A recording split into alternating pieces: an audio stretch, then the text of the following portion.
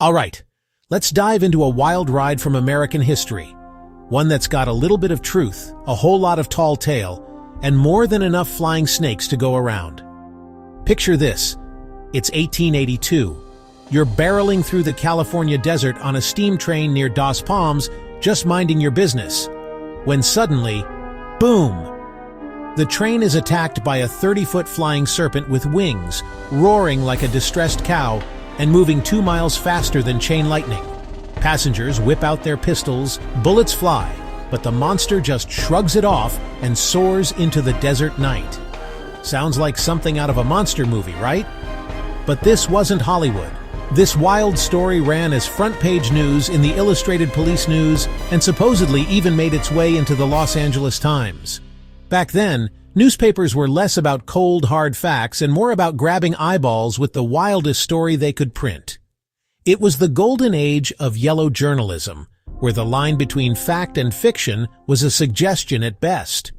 But here's the twist. This flying serpent wasn't alone. Throughout the American West, stories of American dragons kept popping up, giant winged reptiles swooping down on trains, terrorizing livestock, and always immune to bullets. The Dos Palms serpent, the Lake Elizabeth monster, the Tombstone thunderbird. These weren't isolated sightings. They followed the same script. Huge, impossible creatures fought by brave frontier folk.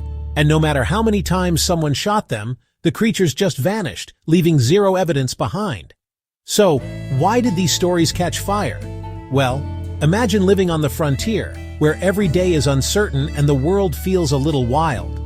These tales let people wrestle with the unknown and made for a great story around the campfire or in the pages of their morning newspaper.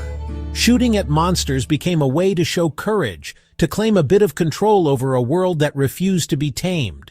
And here's where folks like Mark Chorvinsky come in, a magician, writer, and full-time investigator of the world's weirdest legends. Chorvinsky wasn't out to prove dragons were real. He wanted to know why people kept telling these stories, why they stuck, and what they really meant.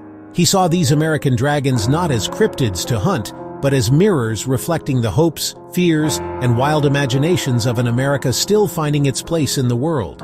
At the end of the day, the Dos Palmas flying serpent probably never existed. Not as flesh and blood anyway, but its legend, and the legends like it, show how newspapers, folklore, and good old-fashioned storytelling can blur the line between news and myth, fact and fantasy. So next time you read a headline that sounds too wild to be true, remember, sometimes the real story isn't about monsters in the desert, but about the stories we tell ourselves when the world feels too big to understand.